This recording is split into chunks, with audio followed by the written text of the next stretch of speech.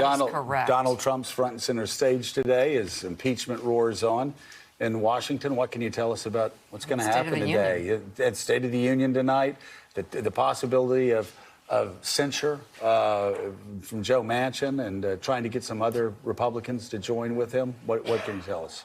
What I can tell you is that the president wanted to be acquitted when he gave the State of the Union tonight. That was what the White House legal team was pressing for. When I was talking to sources on the legal team, they were trying to accelerate the timeline to make sure that this would happen for him. It did not happen for him, but he's still going to be able to go to the State of the Union and list off all sorts of achievements that he had and things that he did, including a new trade deal, including this new immigration restrictions.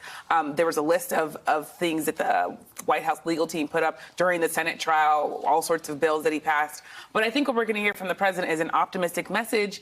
But he's also going to be, I think, not be able to not talk about impeachment. I think there are people in the White House who want the president to say, let's just wait until Wednesday and deal with that. And I don't know if us covering President Trump so closely, he usually wants to be able to spike the ball. So I think that he's going to be spiking the ball this morning. And then, of course, on Wednesday, when he's acquitted, which is what we think is going to happen, the White House is prepared to deal with the censure fight. They think that it's going to eventually fail. They think that Joe Manchin is not going to be able to get enough people to censure the president. David, what are you expecting tonight? Does the president do what the Republicans in the Senate and his own White House want and talk about the economy? Or does he get down in the dirt? I would guess he'd be on script, which means he will give a fairly standard State of the Union. The state of our economy is strong. Markets are near record highs. Best economy ever. Continues to grow. Unemployment is low. He'll, I'm sure, talk about his attempts to pull troops back from unpopular wars and give us a kind of status report on that. The negatives, I think, have been so clearly demonstrated in this impeachment trial. For weeks, I've been wondering, would the net effect of this trial leave the Democrats more vulnerable heading to November or stronger? And right now, I'd say probably a little stronger. You know, the fact that Elisa Murkowski describes the president's conduct as shameful and wrong, that Lamar Alexander essentially grants all the particulars of the Democratic case, those and other examples we could cite, I think, carry into November with the sense they did prove most of their case. Didn't get impeached. But so I think that it won't be talked about, I wouldn't think, tonight. He'll give the standard speech. And you know, if the economy stays as strong as it is, he's going to be tough to beat, let's be honest. So, Peter, you wrote that impeachment, while it would leave a stain on Donald Trump's legacy, you said he's going to emerge from this process triumphant and unshackled. Yeah, he wouldn't no matter what, but he will, especially if any of the Democrats were to vote to acquit him. Manchin said yesterday he's still undecided. Doug Jones said he's still undecided. We haven't heard from Sinema, I don't think. And look, he will claim exoneration no matter what. They acquitted him. It was a hoax, it was a witch hunt, all that kind of stuff. But the longer-term impact is, where is the accountability left now? The Democrats rolled out their biggest constitutional weapon and didn't work. And now he will feel that he can do all sorts of things without the consequences of worrying about Congress. Who's going to impeach him again, right? Now, nothing in the Constitution said you can't, but as a practical matter, does anybody think that's going to happen? And the question is how... It could. It could. I mean, it could, because, I mean, think about the timing, Willie.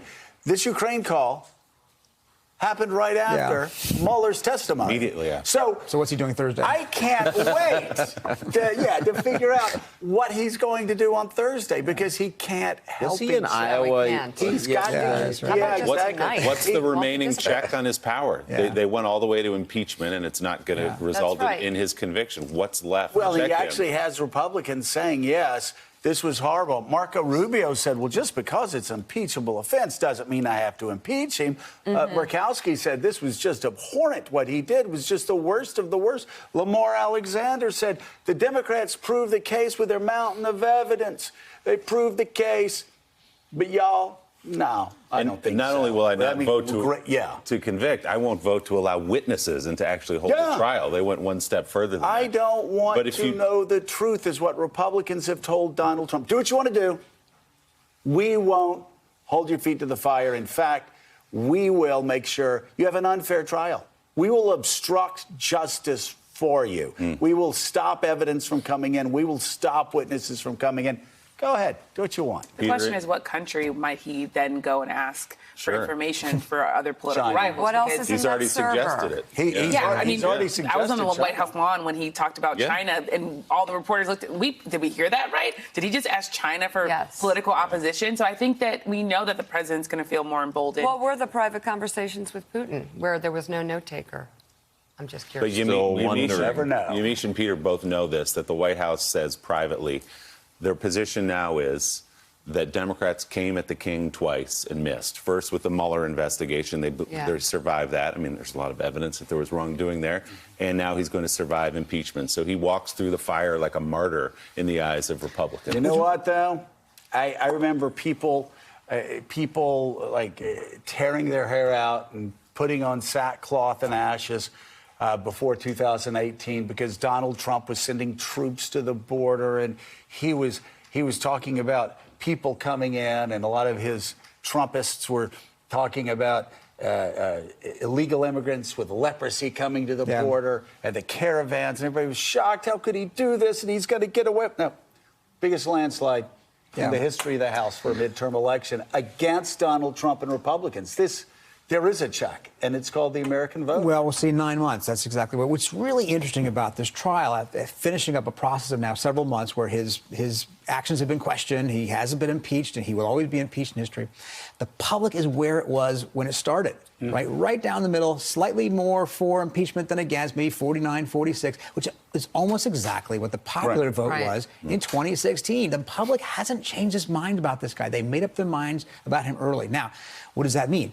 In November, it means he has to pull the same inside straight that he did 3 years ago. Now, that's a hard thing to do, to get... Especially if you're running as an incumbent instead of the challenger. He has never, not one day of his presidency, had the support of a majority of American in the Gallup poll. That's never happened in the history of polling. That's a very weak place for an incumbent president to be. However, he plays a weak hand very strong. He's very good at taking down enemies. He's very good at taking down opponents. Whoever the Democrats nominate ought to be, has to be strong enough to stand up to it. And I'm not sure whether they have that candidate yet, in front of them. So before we go to break, just talking to Democratic sources, the Iowa Democratic Party maintains their app didn't crash, but a lot of precinct leaders said they just couldn't upload the results.